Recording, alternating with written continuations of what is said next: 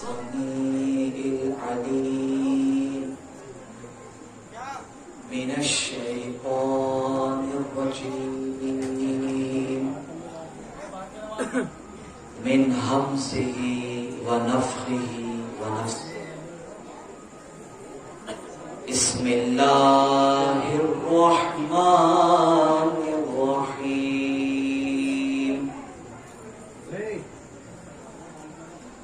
الحمد لله الذي علم بالقلم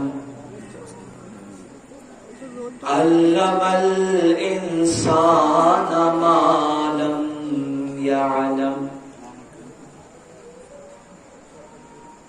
قال الله تعالى في القرآن الكريم اهدنا الصراط المستقيم صدق الله العظيم اللهم صل على محمد وعلى آل محمد كما صليت على إبراهيم وعلى آل إبراهيم إنك حميد مجيد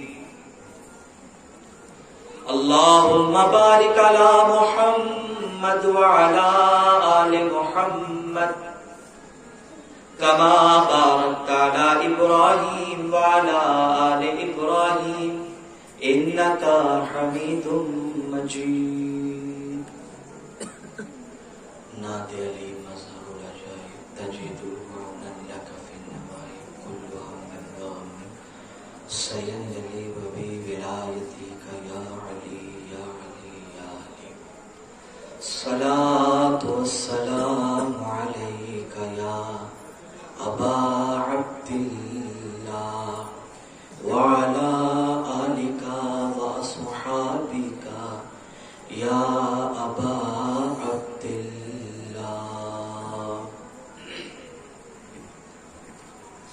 محبت کے ساتھ ادب اور احترام کو ملحوظ رکھتے ہوئے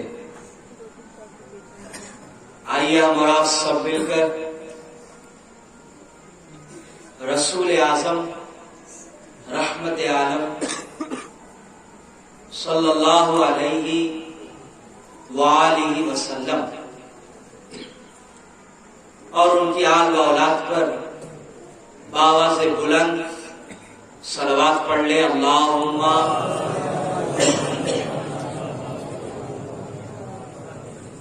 اللہم صلی علی محمد وعلی آل محمد. ایک مرتبہ اور محبت سے مگر آواز بلند صلوات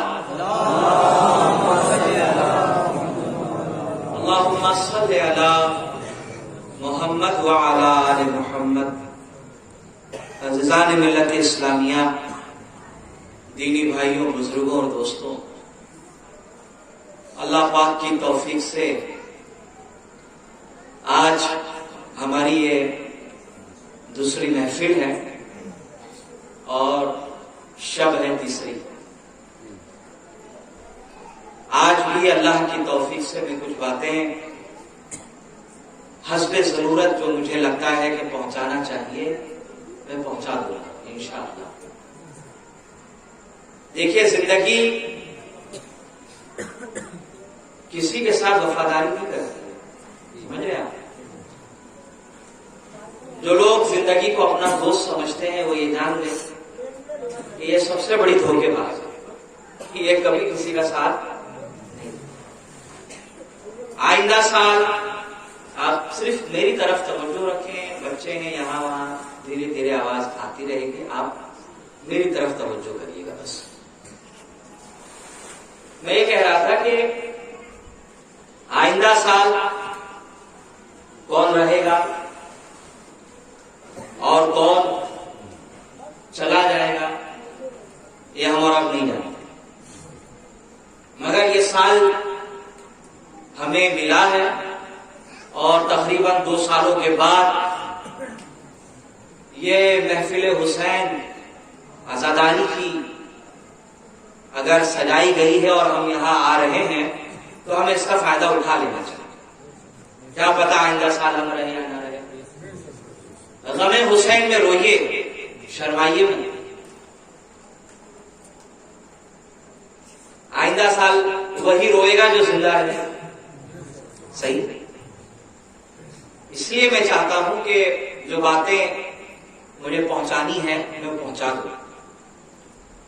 مجھے خوشی ہے اس بات کی کہ آپ کے اس محفل میں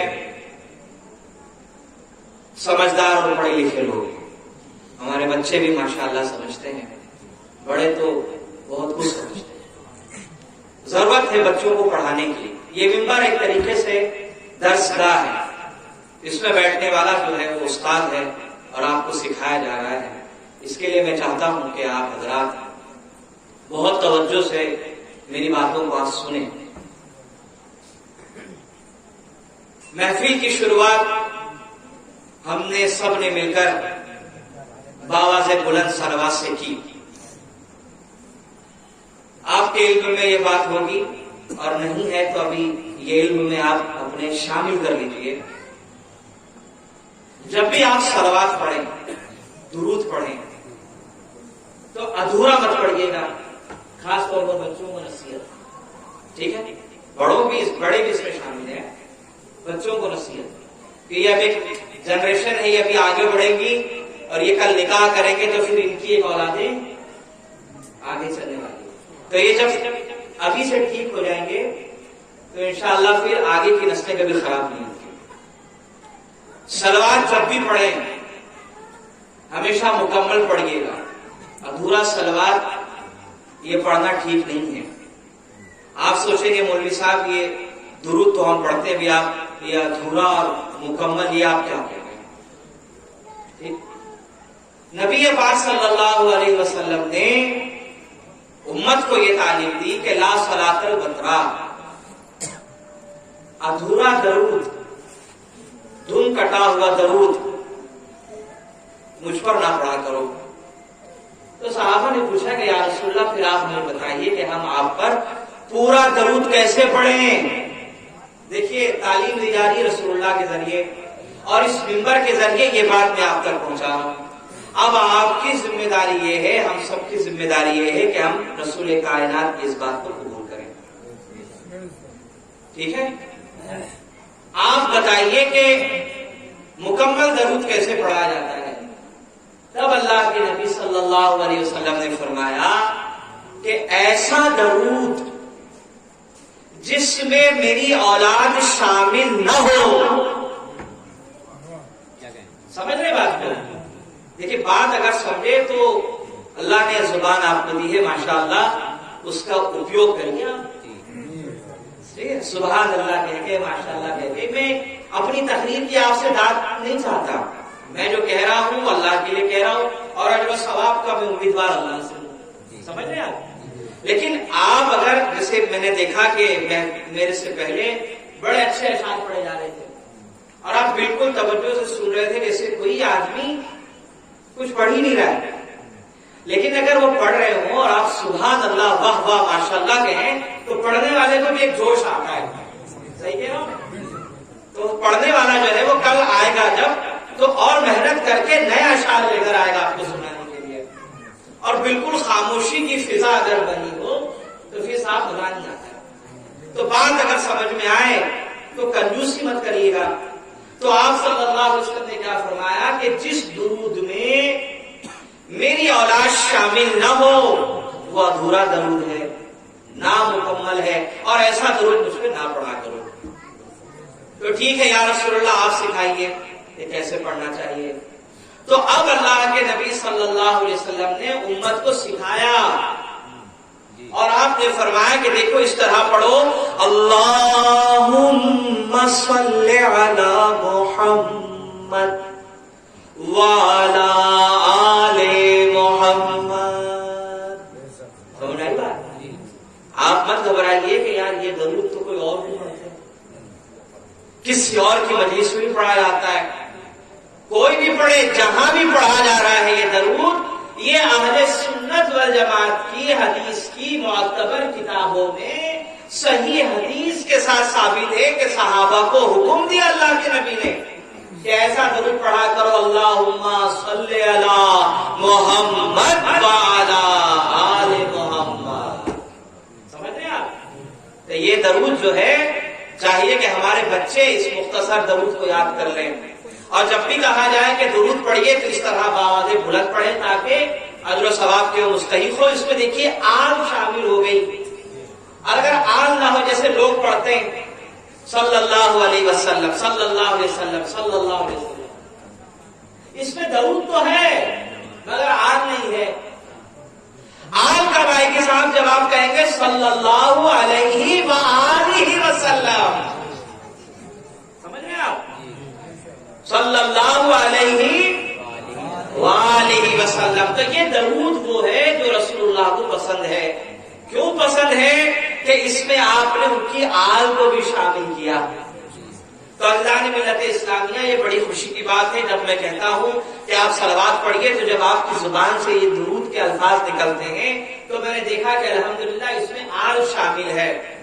یہ ہمارے بچوں کو ابھی سے سمجھ لینا چاہیے کہ یہ وہ درود ہے کہ جس کو رسول اللہ نے سکھایا ہے. تو قربان جائیے اللہ کے نبی علیہ السلام پر کہ درود کے اندر بھی اپنی آل کو شامل کر لیا، اپنی اولاد کو شامل کر لیا. اب میں جملہ دے رہا ہوں صاحب، دیکھیے آل نماز میں آپ پڑھ رہے ہیں درود ابراہیم، اس میں آل شامل ہے. درود ابراہیم اس میں آل شامل ہے. اللہم صلی علی محمد وعلی آل محمد، پھر کما صلیت علی ابراہیم، آپ نے مکمل درود پڑھ لیا. آپ درود پڑھ رہے ہیں اے اللہ رحمت نازل فرما محمد پر اور ان کی آل کے اوپر، اے اللہ برکت نازل فرما محمد پر اور ان کی. اب آپ سمجھیے آل کون ہے یہ معلوم ہونا چاہیے نا آپ کو. جب رسول کائنات صلی اللہ علیہ وسلم سے پوچھا گیا کہ آپ کی اہل بیت کون ہے، آپ کی آل کون ہے، تب آپ نے کیا کیا؟ یہ آپ جانتے ہیں، پھر سے ہوم ورک بتا رہا ہوں تاکہ ذہن میں بات بیٹھ جائے. اللہ کے نبی نے اپنی چادر مبارک کے اندر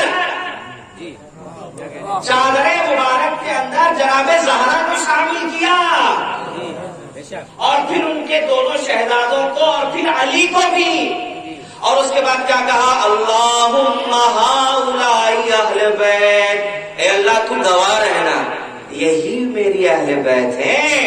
تو جب آپ درود پڑھ رہے ہیں تو نبی کے ساتھ آپ فاطمہ پہ بھی درود پڑھ رہے ہیں، آپ حسن اور حسین پہ بھی درود پڑھ رہے ہیں، آپ علی پہ بھی درود پڑھ رہے ہیں. تو اب جس کو علی سمجھ میں نہیں آتا وہ درود پڑھنا چھوڑ دے. سمجھ رہے ہیں آپ؟ جس کو فضائل علی سمجھ میں نہیں آتی، بار بار شیعت کا فتویٰ لگاتے ہیں، درود پڑھنا چھوڑ دیں. اس لیے کہ صاحب جیسے درود پڑھیں گے علی وہاں نظر آئیں گے آپ کو.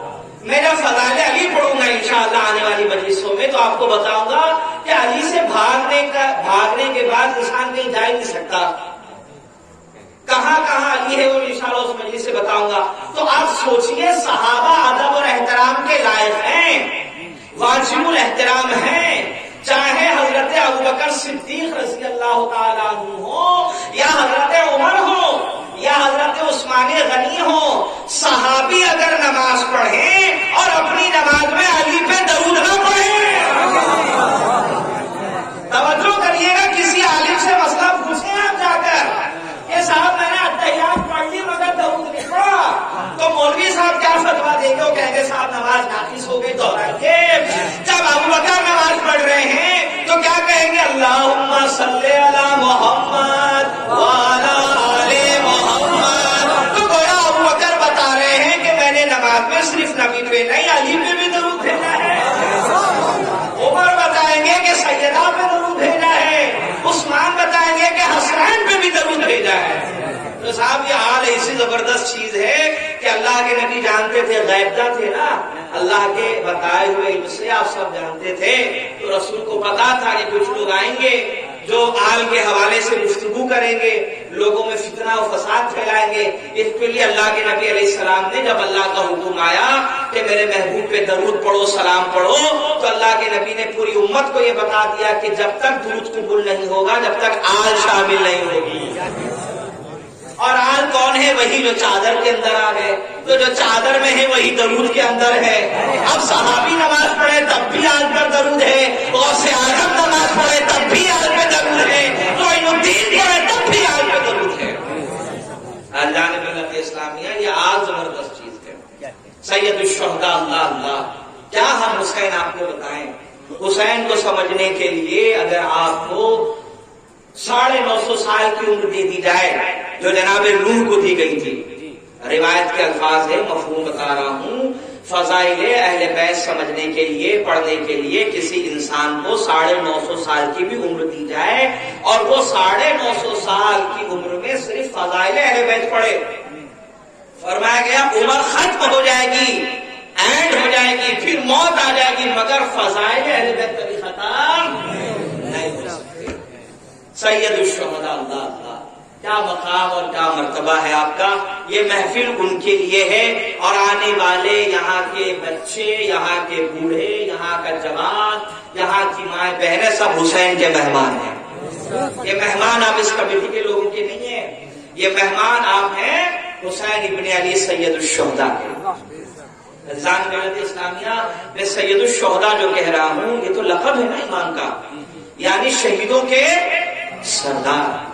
اچھا ایک بات بتائیے, شہیدوں کا جو سردار ہے یہ تو حضرت امیر حمزہ ہے, سمجھ رہے ہیں؟ یہ جو لقب ہے سید الشہداء, شہیدوں کے سردار, یہ لقب اللہ کے رسول نے خود دیا ہے حضرت امیر حمزہ کو. اس کے علاوہ یہ لقب رسول اللہ نے کسی کو نہیں دیا. تو پھر ہم اور آپ حسین کو سید الشہداء کیوں کہتے ہیں صاحب؟ یہ سمجھنے والی بات ہے نا. جب رسول اللہ نے امیر حمزہ کو جو رشتے میں چچا ہیں آپ کے, ان کی شہادت پر جب کہا کہ یہ سید الشہداء ہیں تو حسین ابن علی کو سید الشہداء کیوں کہا جاتا ہے؟ بس یہ سمجھا کر میں اپنی بات شروع کرتا ہوں. یہ اس لیے سمجھا رہا ہوں تاکہ آپ کے ذہن میں بات بیٹھ جائے کہ کل اگر کوئی ناسبی, کوئی خارجی, کوئی بدتمیز آپ کو کہے کہ صاحب سید الشہداء لقب تو رسول اللہ نے حمزہ کو دیا تھا, آپ اپنے مولویوں کی باتیں سن کے حسین کو بھی سید الشہداء کہتے ہیں, تو کیا آپ اپنے مولویوں کے ذریعے حسین کو بڑھا رہے ہیں؟ تو یہ جواب آپ کو میں دے رہا ہوں کہ دیکھو سید الشہداء کا مطلب ہوتا ہے شہیدوں کا سردار, اور یہ لقب اللہ کے رسول نے امیر حمزہ کو دیا. لیکن ایک صحیح حدیث میں آپ کو سنا رہا ہوں, آپ صلی اللہ علیہ وسلم نے یہ بات بیان فرمائی ہے کہ جس انسان نے ظالم اور جابر حکمران کی آنکھوں میں آنکھیں ڈال دے, سمجھ رہے ہیں, جو انسان ظالم اور جابر حکمران کی آنکھوں میں آنکھیں ڈالے اور پھر حق کا علم بلند کرے, سمجھ رہے ہیں آپ, جو ظالموں کی حکومت کو قبول نہ کرے اور اس کے مقابلے میں حق کا پرچم بلند کرے اور پھر لڑے یہاں تک کہ مارا جائے, اللہ کے نبی نے کہا یہ بھی سید الشہداء کہلائے گا. تو حسین ابن علی نے امیر شام کے منحوس اور لعنتی اولاد کے مقابلے میں جو حق کا پرچم بلند کیا اور 10 محرم کو جو جہاد کیا اس میں جو آپ کی شہادت ہوئی, تو رسول اللہ کے فرمان کے مطابق جس طرح حمزہ سید الشہداء ہوئے ٹھیک اسی طریقے سے حسین. سمجھ رہے آپ بات؟ یہ ہمیشہ پوائنٹ یاد رکھیے گا, کیونکہ میں بیٹھتا ہوں تو تھوڑا بہت یوٹیوب وغیرہ دیکھتا ہوں کہ کیا ہنگامہ ہو رہا ہے, کیا کھچڑی پکائی جا رہی ہے اور نیا نیا کیا مال مارکیٹ میں بیچا جا رہا ہے.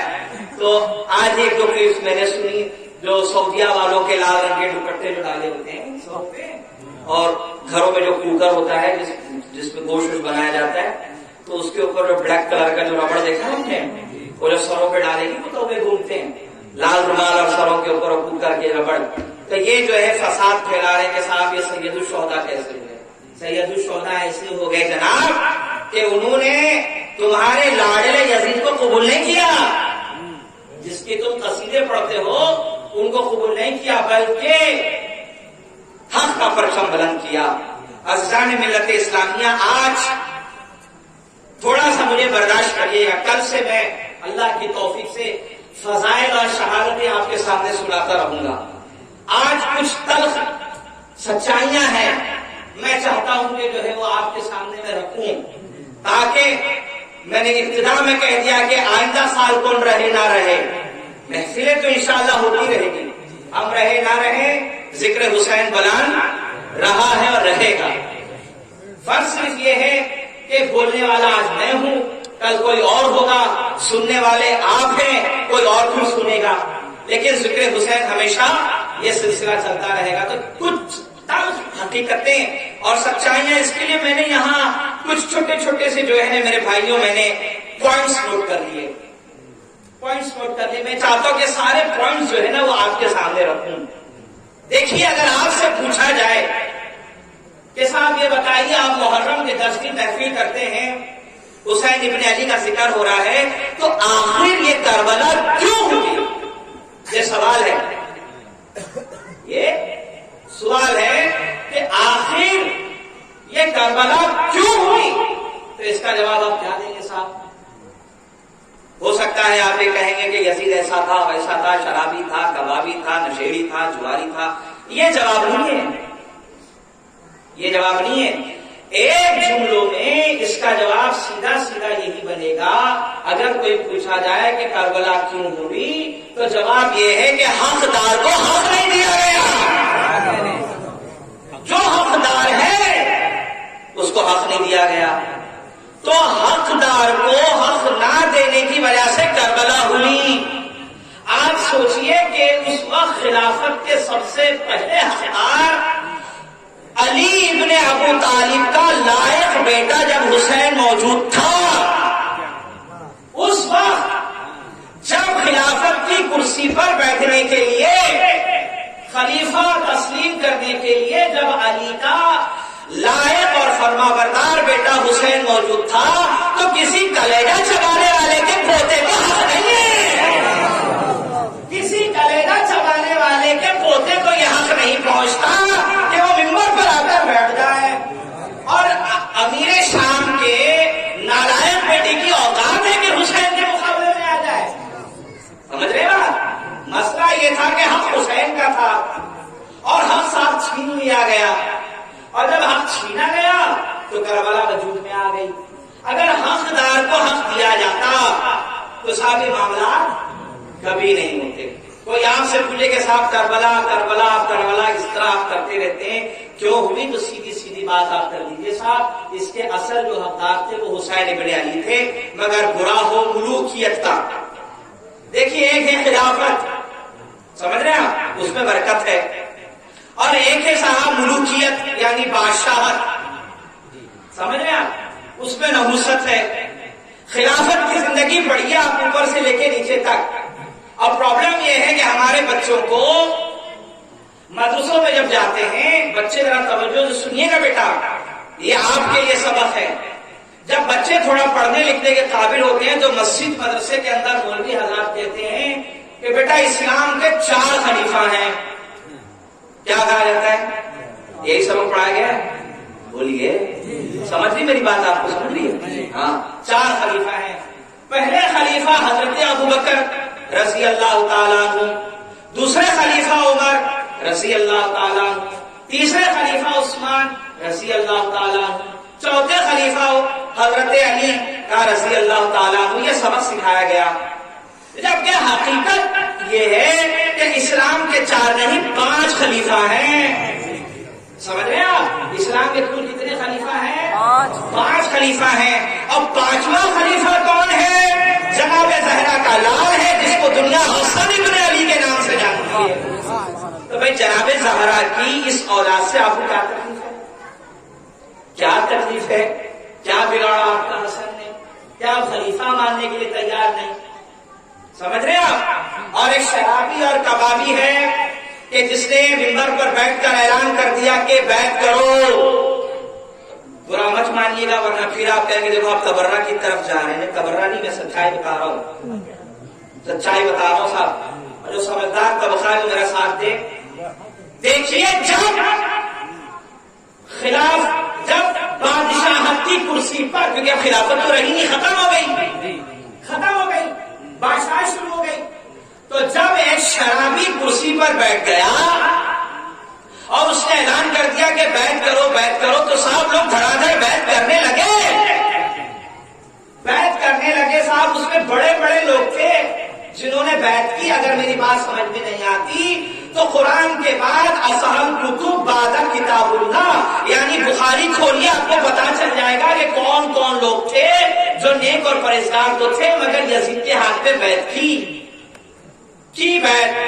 ایک آدمی نظر آ رہا ہے جو بیعت نہیں کرتا، وہ ہے حسین ابن علی. تو لوگ کہتے صاحب اتنے سارے نیک بزرگوں نے بیعت کر لی، حسین نے کیوں نہ کی. ہم پلٹ کر پوچھتے جب حسین نے نہیں کی تو انہوں نے کیوں کی؟ سمجھے بات بھائی؟ ان کی عبادت تقویٰ پرہیزگاری اپنی جگہ، ان کے مقام اور مرتبے اپنی جگہ، مگر جب تو کیا یہ حسین کے برابر ہے؟ یہ حسین کے برابر تو نہیں ہو سکتے. تو جب حسین ابن علی نے بیعت نہیں کی تو انہیں کرنے کی ضرورت کیا تھی؟ سمجھ رہے ہیں آپ؟ تو اللہ نے ملت اسلامیہ ہمیشہ یہ نہیں دیکھا جائے گا کہ میجورٹی کدھر ہے. حق بولنے والے اور اس پر عمل کرنے والے ہر زمانے میں ہر دور کے اندر ہمیشہ مختصر رہے ہیں. ہمیشہ کبھی کبھار آپ نے نہیں سوچا کہ جب اللہ پاک نے اتنی بڑی جنت بنائی ہے اور حدیثوں میں یہ بات بیان کی گئی ہے کہ صاحب ایسے بڑے بڑے عالیشان محل ہوں گے، ہر ایک محل کے اندر 70,000 دروازے، 70,000 کمرے اور صاحب کھڑکیاں 70,000 اور اتنی حوریں. تو آپ کو نہیں لگتا کہ محل اتنے سارے ہوں گے، اتنا بڑا ہوگا؟ اس کا مطلب یہ کہ جانے والے بڑے مختصر ہوں گے. سمجھ لیجیے گا کہ جانے والے جو ہیں وہ بہت مختصر لوگ ہوں گے. جنت کے اندر پوری تعداد ایسا بھیڑ بھی بھیجی جائے گی کہ چلو. خاص لوگ ہوں گے جن کا توحید پر اشارہ دے رہا ہوں میں بس، اور جو جملے میں کہوں گا اس کی دلیل کی ذمہ داری میری اپنی. جو توحید پر، رسالت پر اور علی کی ولایت پر، توحید پر، رسالت پر اور علی کی ولایت اور امامت پر یقینہ رکھتا ہے، جنت اس کی ہے. اور جو اس پر یقین نہ رکھے، علی کو ولی نہ مانے، علی ولی اللہ پر شک کرے، جنت ٹھکانہ نہیں ہے اس کا، سیدھا ٹھکانہ دوزخ ہے. سمجھ رہی بات؟ اللہ نے ملت اسلامیہ بات یہاں سے چل رہی تھی کہ خلافت مکمل ایک الگ چیز ہے اور ملوکیت مکمل ایک الگ چیز ہے. جس پوائنٹ کو میں چاہتا ہوں کہ آج میں آپ کے سامنے رکھوں، اس میں سے پہلی چیز جو ہے وہ یہ ہے میرے بھائی کہ دیکھو اسلام جو ہے نا یہ اللہ کا پسندیدہ مذہب ہے. اس کے علاوہ اگر کوئی انسان کوئی اور مذہب لے کر اس دنیا میں پہنچے مرنے کے بعد تو قابل قبول بولو ہوگا نہیں ہوگا. اسلام اور اس اسلام کی دعوت و تبلیغ کے لیے انبیاء بھیجے گئے، یہاں تک کہ رسول اعظم صلی اللہ علیہ وسلم تشریف لائے.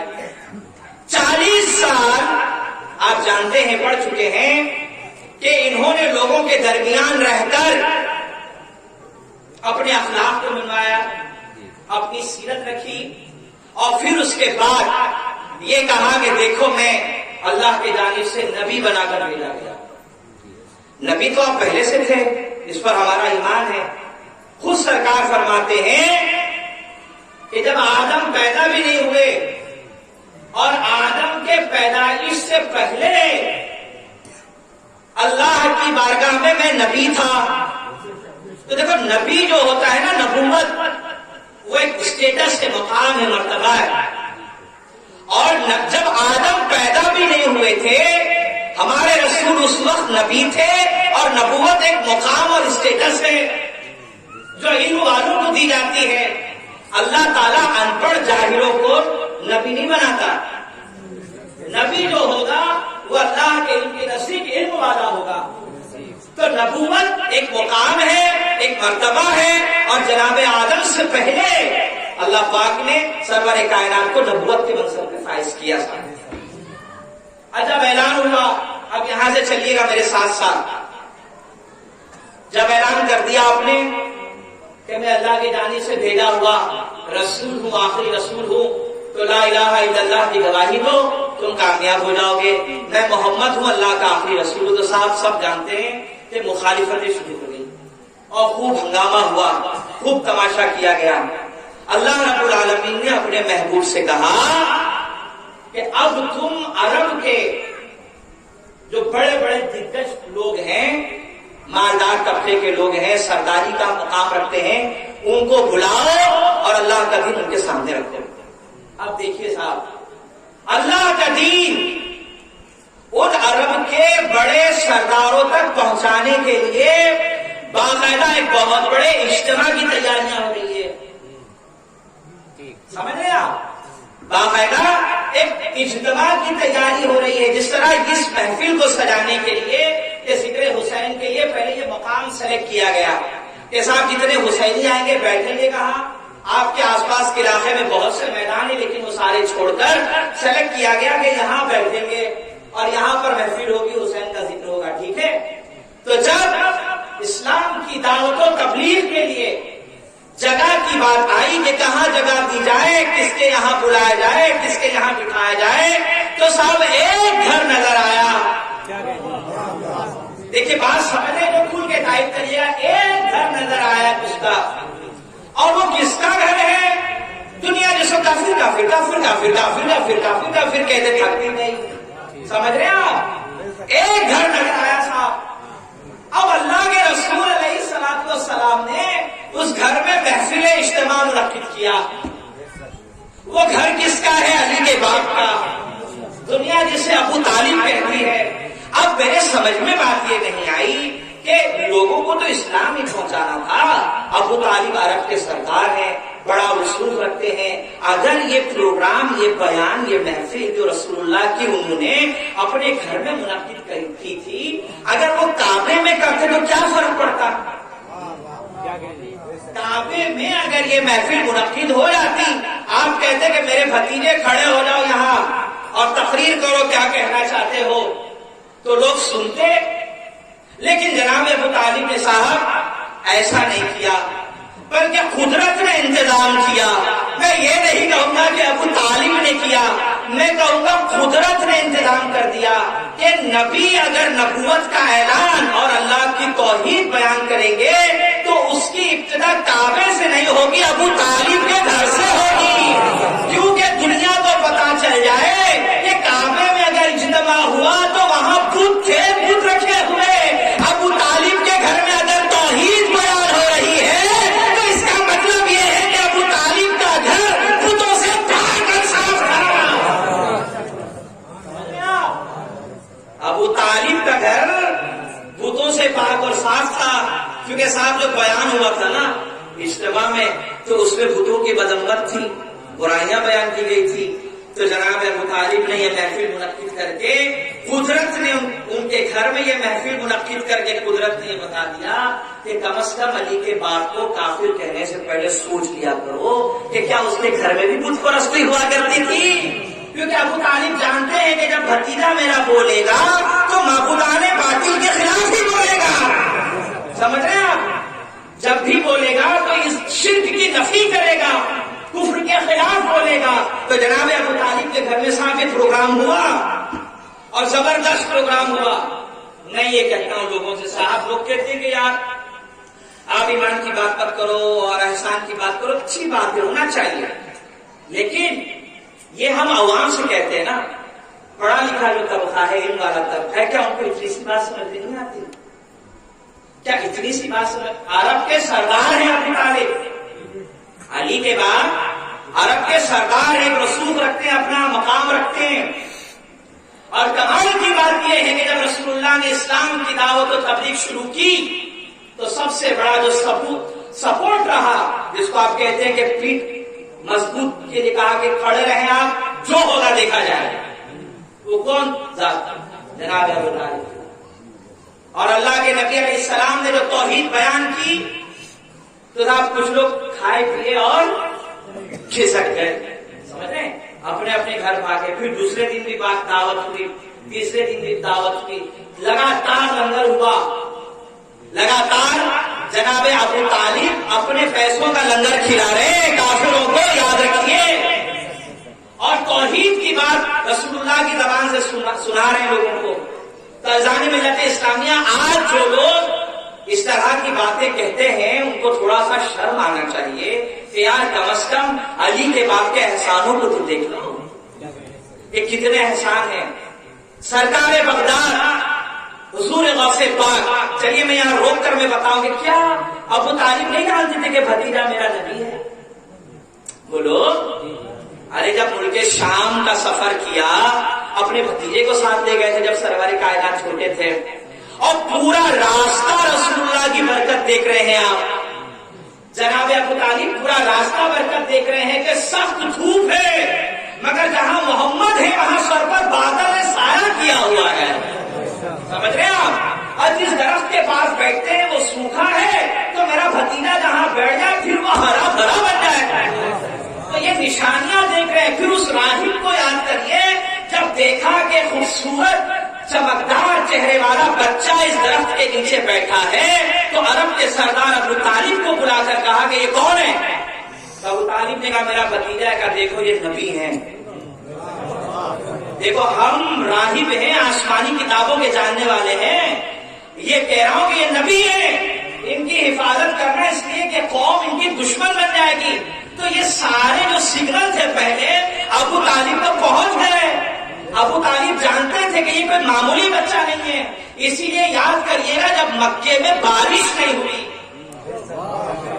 میں بخاری سنا رہا ہوں آپ کو، کسی شیعہ کی کتاب سے نہیں، سمجھ رہے ہیں آپ، کل کے دن کو یہ نہ کہ صاحب تو شیعوں کی تقریب میں نہ صاحب، یہ بخاری میں ہے، یاد کریے جب بارش نہیں ہوئی تب لوگوں نے جا کر عرب کے سردار ابو طالب سے کیا کہا تھا کہ چلیے آپ ہمارے ساتھ، برسات بالکل نہیں ہو رہی ہے، آپ دعا کر دیں اللہ تعالیٰ رمجھم برسا دے گا، لوگوں کا بیڑا پار ہو جائے گا، پانی کی تو ضرورت ہے۔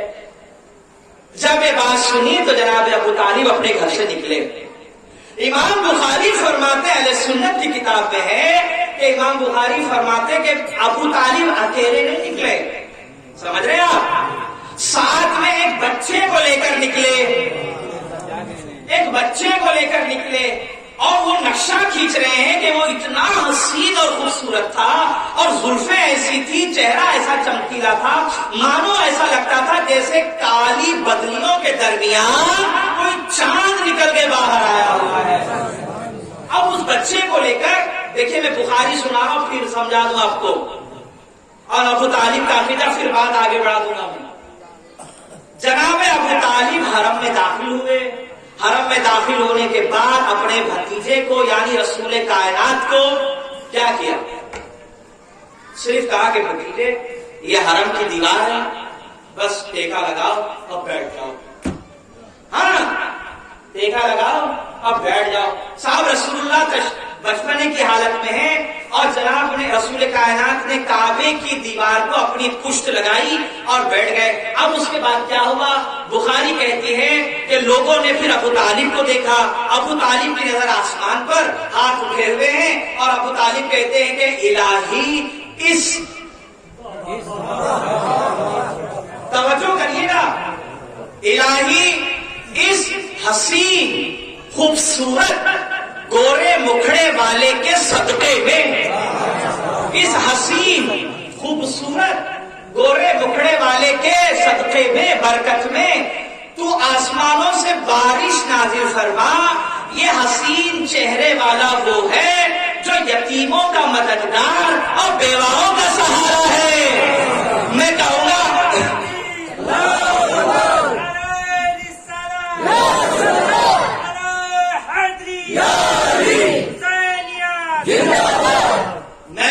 جناب ابو طالب کہ آپ کو بھی علم غیب حاصل ہو گیا، آپ نے کیسے پتا لگا لیا کہ جب بڑا ہوگا تو یتیموں کا مددگار بنے گا؟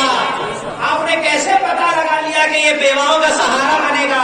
گویا ماننا پڑے گا کہ ابو طالب کی نگاہیں کوئی معمولی نگاہیں نہیں تھی، وہ دیکھ رہے تھے نبوت کا فیضان ہمارے گھر میں جاری ہو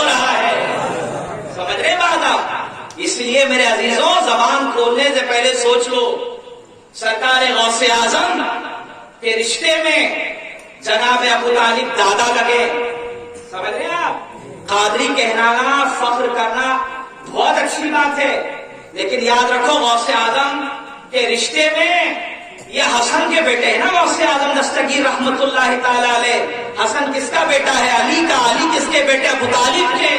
تو رشتے میں ابو طالب جناب غوث اعظم کے دادے پردادے لگے. تو آپ سوچئے کہ غوث اعظم کا کمال اور مرتبہ یہ ہے، آپ نے بغداد کی سرزمین پر یہ اعلان کیا کہ میرا کوئی بھی مرید دنیا کے کسی بھی کونے میں ہو، اگر میرے سلسلے میں داخل ہو گیا یعنی قادری بن گیا، تو غوث اعظم اس کی گارنٹی لے رہے ہیں کہ جب وہ دنیا سے جائے گا تو توبہ کر کے جائے گا، دنیا سے جائے گا تو ایمان کے ساتھ جائے گا. میں کہتا ہوں پوتا ہو کر اتنی بڑی گارنٹی، پوتا ہو کر اتنی بڑی گارنٹی آپ دے رہے ہیں، تو جس رسول کو پالا پوسا ہے ابو طالب نے، جس رسول کو نبوت کو پالا ہے ابو طالب نے، آپ اتنی آسانی سے کیسے کہہ دیتے کہ صاحب نبی نے پالا ہے اور نبی کو پال کر دیا ہے اور وہ دنیا سے جا رہے تو کفر کی حالت میں جا رہے ہیں. اور یہاں پوتا بغداد کی سرزمین پر کہہ رہا ہے کہ صرف قادری بن جاؤ، پھر تم انڈیا میں رہو، پاکستان میں رہو، بنگلہ دیش میں رہو، ساؤتھ افریقہ میں رہو، کہیں بھی رہو، اگر قادری ہو تو یاد رکھنا بغیر توبہ کے دنیا سے نہیں جاؤ گے. میرا یہ ایمان ہے کہ جب غوث اعظم ابو طالب کا پوتا ہو کر اتنا بڑا اعلان کر رہا ہے تو یہ فیض بولتا ہے. تو یاد رکھو جس ابو طالب نے رسول اللہ کو پالا ہے وہ ابو طالب دنیا سے جب گیا، ہمارا ایمان ہے کہ ایمان پر بحث نہ کریے اس مسئلے پہ یار. کیا ضرورت ہے آپ کو ان سب چیزوں پر بحث کریں؟ اس کو ماننا ہے مانیے، جس کو نہیں ماننا ہے بولو نہیں ماننا. ارے بھائی سرکار بغداد خود فرما رہے ہیں، یہ جو میرا مدرسہ ہے بغداد میں، دیکھیے یہ ساری بڑی کتابوں میں لکھا ہے غوث اعظم کی سیرت پر. فرماتے ہیں کہ میرے مدرسے کے پاس جو گھاس پھوس یا سبزی ترکاریاں کھیتی ہوتی تھی، جیسے آج ہمارے یہاں کھیتی ہوتی ہے، تو غوث اعظم نے کہا کہ اگر کوئی بندہ، کوئی میرا مرید یا کوئی عام انسان بھی اگر میری کھیتی میں اگنے والی سبزیاں میں سے کچھ حصہ بھی اگر وہ کھا لے، کون کہہ رہے غوث اعظم، تو فرماتے دنیا سے جب جائے گا تو ایمان کے ساتھ جائے گا. تو 16 سال جس ابو طالب نے رسول کو روٹیاں بنا بنا کے کھلائی ہو، 16 سال معمولی بات نہیں ہے بھائی. جس ابو طالب نے 16 سال رسول اللہ کو روٹیاں بنا کے کھلائی، اتنی آسانی سے دنیا سے کفر سے چلے جائیں گے؟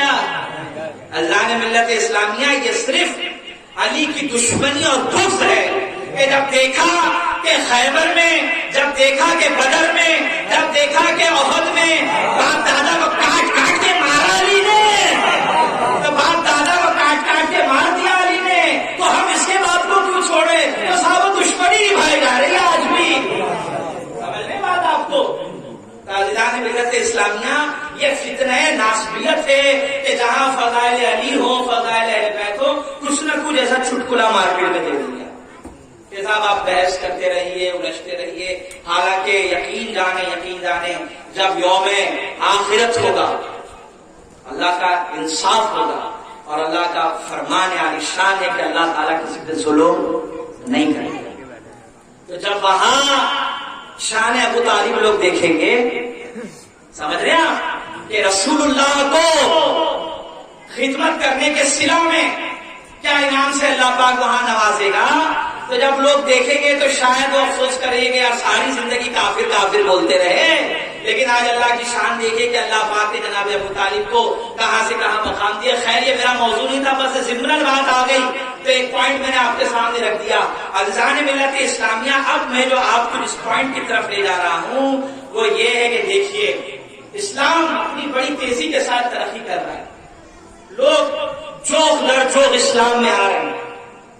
بسم اللہ الرحمن الرحیم، اذا جاء نصر اللہ والفتح ورأیت الناس یدخلون فی دین اللہ افواجا.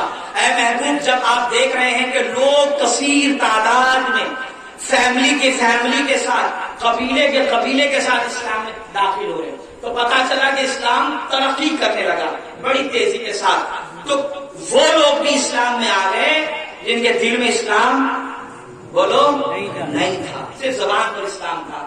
اور رسول ہم سے زیادہ ان کو جانتے ہیں کہ یہ جو نمازیں پڑھنے میرے پیچھے بھاگ بھاگ کر آ رہے ہیں, سمجھ رہے ہیں آپ, اور یہ جو مسلمانوں کے بیچ میں اٹھتے بیٹھتے ہیں یہ اصل میں مومن نہیں ہے. تو ان کے دلوں میں چھپے ہوئے نفاق کو رسول جانتے تھے. اسی لیے اللہ کے نبی صلی اللہ علیہ وسلم نے امت کو بار بار بار بار بار بار وصیت کی, بلکہ وصیت کرتے رہے کہ دیکھو میرے بعد میری اہل بیت کا خیال رکھنا, سمجھ رہے ہیں, میری اہل بیت کا خیال رکھنا, خبردار ان پہ کوئی ظلم نہیں کرنا, ان کے حق نہیں مارنا, ان پر کوئی اتیاچار نہیں کرنا, ان کی عزت, ان کا ادب اور احترام کرنا. یہ رسول اللہ بار بار سمجھا رہے ہیں. تو آپ حدیثوں کو پڑھیں تو یہ روایتیں آ رہی ہیں بہت زیادہ, تو بار بار رسول اللہ کو بولنے کی کیا ضرورت تھی؟ اس کا مطلب یہ ہے کہ رسول اپنی نگاہوں سے دیکھ رہے ہیں کہ ایک وقت آئے گا کہ یہی لوگ جو میرے آس پاس ہیں ان کی اولادیں پھر میری اولادوں پہ ظلم کرے گی. سمجھ رہے ہیں آپ؟ اللہ کے نبی دیکھ رہے ہیں, نصیحت کریں گے سدھر جاؤ, اب بھی وقت ہے میری اولاد کے ساتھ اچھا سلوک کرنا, اچھے کے ساتھ ان کی ذکر کرنا. تو یہ رسول اللہ بار بار فرماتے رہے. مگر ہوا عزیزوں وہی جو میں نے پچھلی رات آپ کے سامنے بات رکھی کہ صرف 50 سال کے اندر, دیکھیے بھارت کو آزاد ہو کر آج 70 کے اوپر قریب ہم پہنچ رہے, 60 65 70 کے قریب پہنچ گئے. کتنا کم پیریڈ ہے یہ ملک آزاد ہو گیا, لیکن پرانی یادیں ہیں ہمارے پاس کہ کس نے کیسی قربانی دی, کس نے کیا کیا بلیدان دیا, ہم اس کو یاد کرتے رہتے ہیں. صرف 50 سال کے اندر اگر رسول اللہ کی پوری آل کے ساتھ اتنا دردناک حادثہ پیش آ جائے, اور یہ حادثہ پیش آنے کے پیچھے جو لوگ شامل حال ہیں صاحب نہ تو وہ کافر ہیں, سمجھ رہے ہیں آپ, نہ تو بھیڑ چمار کی اولاد ہے, نہ یہودی ہے نہ عیسائی ہے.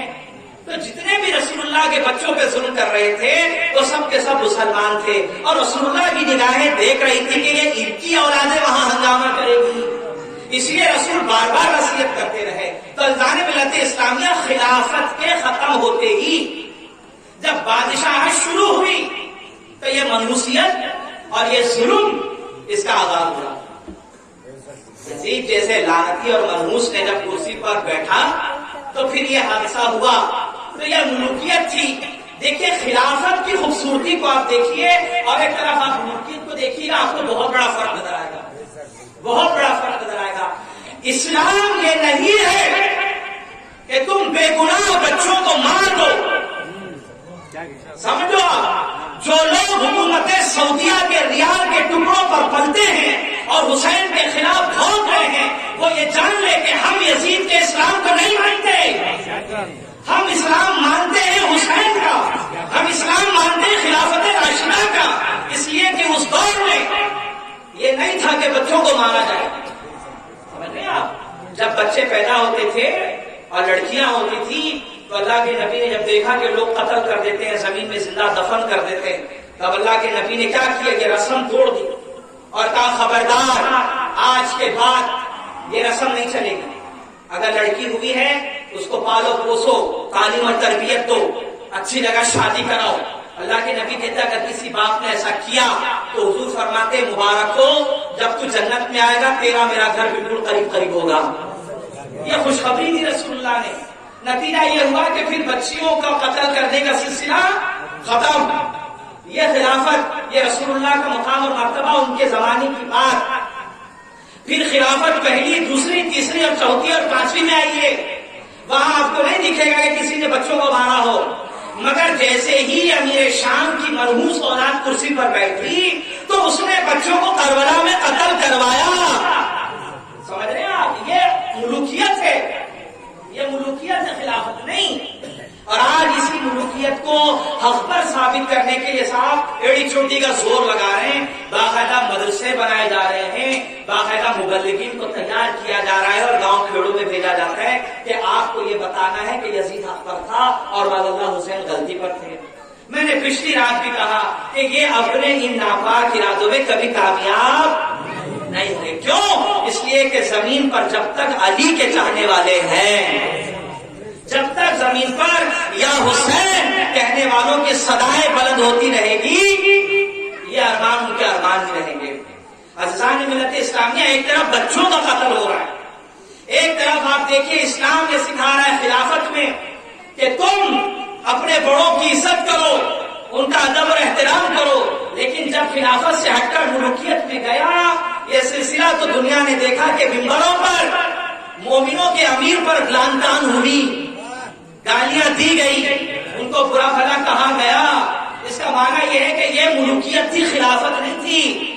سمجھ رہے؟ جو لوگ یزید کو گھسیٹ کر خلیفہ بنانے کے چکر میں لگے ہوئے، وہ یہ جان لے کہ وہ ایک لعنتی منحوس بادشاہ تھا، خلافت نہیں تھی اس کی۔ اس نے اپنے زمانے میں تقریباً 90 سال تک، یہ معمولی بات نہیں ہے صاحب، امام جلال الدین سیوطی فرماتے 90 سال تک بنو امیہ کے ممبروں پر سیدنا علی ابن ابی طالب کے خلاف لعن طعن کا سلسلہ جاری رہا۔ ہر جمعہ کے خطبے میں، عیدین کے خطبے میں اسلام کے 70,000 ممبر، یعنی اس زمانے کے 70,000 مسجد کے اندر ممبروں پر علی کو برا بھلا کہا گیا۔ اور یہ سلسلہ کب ختم ہوا؟ یہ سلسلہ ختم ہو رہا ہے حضرت عمر بن عبدالعزیز کے زمانے میں، کہ انہوں نے سرکاری آرڈر قائم کیا۔ انہوں نے کہا خبردار علی کے خلاف ابھی بدتمیزی نہیں چلے گی، اب اگر کسی نے بھی لعن طعن کیا تو بحیثیت خلیفہ میں اس کے خلاف آواز اٹھاؤں گا اور اس کو قتل کر دیا جائے گا۔ تو کہا کیا کریں، لوگوں کو عادت ہو گئی ہے برا بھلا سننے کی، بولنے کی۔ تو کہا ایک کام کرو، آج کے بعد جمعہ کا خطبہ ہوگا، عید کا خطبہ ہوگا، تو خطبے میں یہ داخل کرو، ان اللہ یأمر بالعدل والإحسان وإیتاء ذی القربی۔ یہ قرآن کی آیتیں جو آپ ہر جمعہ میں سنتے ہیں، اور یہ سن کر آپ جمعہ کی نماز کی تیاری کے لیے کھڑے ہوتے ہیں، باقاعدہ یہ آیت قانونی طور پر داخل کی گئی کہ خبردار، اللہ فرما رہا ہے کہ ایمان والو عدل سے کام لو، عدل سے۔ اس کا معنی یہ ہے کہ مومنوں کے امیر کو برا نہ کرو، عدل سے کام لو۔ اس وقت سے لے کر آج تک الحمدللہ ممبروں سے امیر المومنین کی شان گھٹانا بند ہوئی، اور ان اللہ یأمر بالعدل والإحسان کے نعرے بلند ہو رہے ہیں۔ تو یہ خلافت کے منحوس سائے تھے کہ جہاں امیر المومنین کو کیا کہا گیا؟ برا بھلا کہا گیا۔ عزیزان ملت اسلامیہ، خلافت، اب بات آگے بڑھا رہا ہوں، ذرا توجہ کریے گا۔ خلافت میں یہ چیز شامل تھی کہ جس کے اندر جان ہے، چاہے وہ انسان ہو، چرندہ ہو، پرندہ ہو، اس کو کھلاؤ، اس کو پلاؤ۔ مذہب مت دیکھو، مذہب مت دیکھو، مسلک مت دیکھو، کھلاؤ پلاؤ۔ بھوکوں کو کھلانا اجر ہے، پیاسوں کو پلانا ثواب ہے۔ یہ خلافت کے ایک حسین منظر میں رسول اللہ کی تعلیمات عام ہوتی رہی، مگر جب منحوس آیا تو اس نے کیا کیا؟ دنیا کو معلوم ہے کہ اس نے آل رسول کے اوپر کھانا پانی بند کر دیا، یا نہیں کیا؟ بتائیے، اس نے پانی بند کیا۔ اگر میں ایک پوری لسٹ نکالوں تو آپ کو پتا چل جائے گا کہ اس نے کیسے کیسے کارنامے کیے، مگر افسوس کہ آج اس کو لوگ ہیرو بنا کر پیش کر رہے ہیں۔ ہمارے بچے یہ جان لیں، خوب غور و فکر سے میری مائیں بہنیں یہ سن لیں کہ ان کی زندگی کا آئیڈیل ہمیشہ حسین اور ان کی اولاد ہونی چاہیے۔ ان کی زندگی میں ہمیشہ حسین اور ان کی اولادوں کا ذکر ہونا چاہیے، نہ کہ ان کا جنہوں نے حسین کے قتل میں شرکت کی یا کسی طریقے سے مدد کی۔ عزیزان ملت اسلامیہ، چاہے وہ کوئی بھی ہو، ان سے ہمارا کوئی تعلق نہیں ہے۔ ہم ان ممبروں سے، اہل سنت کے ممبروں سے قاتلان حسین پر کل بھی لعنت بھیجتے تھے، آج بھی لعنت بھیجتے ہیں، اور میرے ساتھ سارا مجمع کہے دشمنان اہل بیت پر لعنت بے شمار، دشمنان اہل بیت پر لعنت بے شمار۔ یاد رکھیے گا، ہم دشمن اہل بیت کو پسند نہیں کرتے۔ پہلے اہل سنت کو سمجھیے، پھر جا کر اہل سنت پر بات کریے۔ تھوڑا تھوڑا پڑھ کر یا کچھ بیچارے ذاکرین کو سن کر ایک دم ٹوٹ مت پڑ جائیے گا، ورنہ ایسا نہ ہو کہ سچائی اور حقیقت بھی آپ سے چھپا لی جائے۔ عزیزان ملت اسلامیہ، ایک سازش جو میں چاہتا ہوں کہ آج آپ کو بتاؤں۔ مجھے افسوس ہوتا ہے، دیکھو ہم ممبر پر بیٹھنے سے پہلے آج کیا بولنا ہے، کیا پڑھنا ہے، اس کو پڑھتے ہیں، ہوم ورک کرتے ہیں، اور پھر آ کر بولتے ہیں۔ ہم پر کوئی الہام تو نہیں ہوتا، ہم اللہ والے تو ہے نہیں کہ بھائی ہمارے دلوں میں بات ڈالی جاتی ہے اور کہا جاتا ہے کہ آج یہ بولو، آج یہ بولو۔